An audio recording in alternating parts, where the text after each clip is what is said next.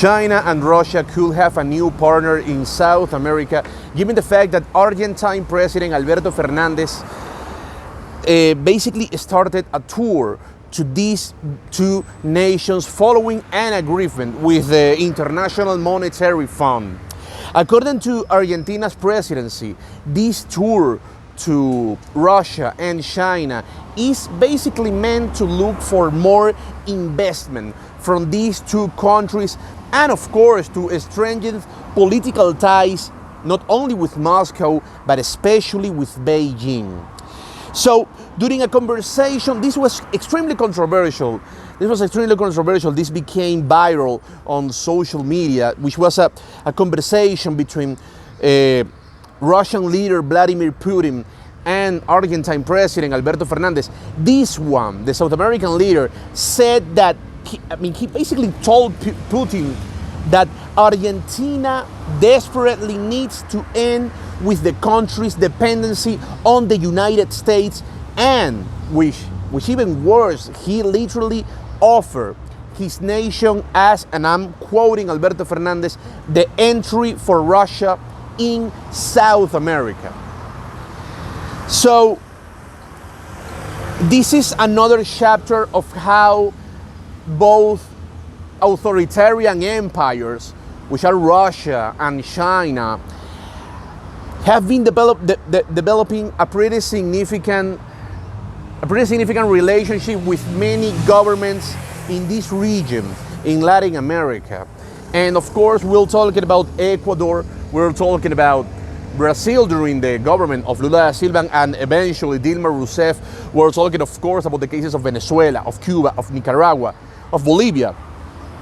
And these relationships have been, there has been one common denominator in each of these nations, which are left-wing or authoritarian governments in South America that know that the relationship with the United States is going to be considerably deteriorated because of their authoritarian path. So in order to prevent any kind of diplomatic, international or economic problem, they tend to eventually to change this relationship from the US to China or Russia, who could provide a lot of support and a lot of protection on international organizations, and of course a pretty significant economic support as well. So Russia has already been a pretty important ally for Argentina over the last few years, especially after the vaccines delivery.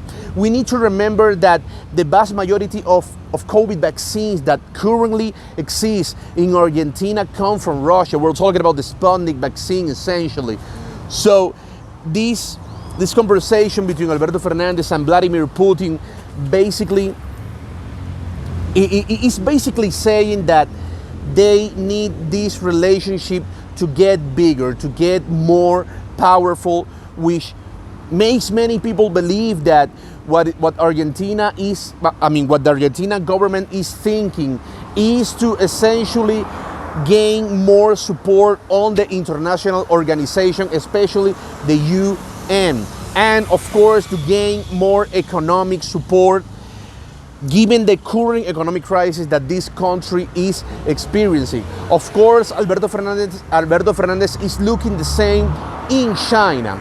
But the case of China is quite different, because we need to remember that each of these authoritarian governments normally look to China mostly for economic support rather than political support, because we need to remember that on the United Nations and on the different international communities, the power of Russia is a little bit more influential than the power of China, given the fact that on foreign policy, China hasn't been that aggressive, unlike Russia, of course. So according to Argentine's newspaper Clarín, this trip from Alberto Fernandez represented a huge concern for the Biden administration in the United States, given the fact that the Biden administration essentially believes that this could mean a growth of influence from Vladimir Putin in the region in a pretty delicate context, because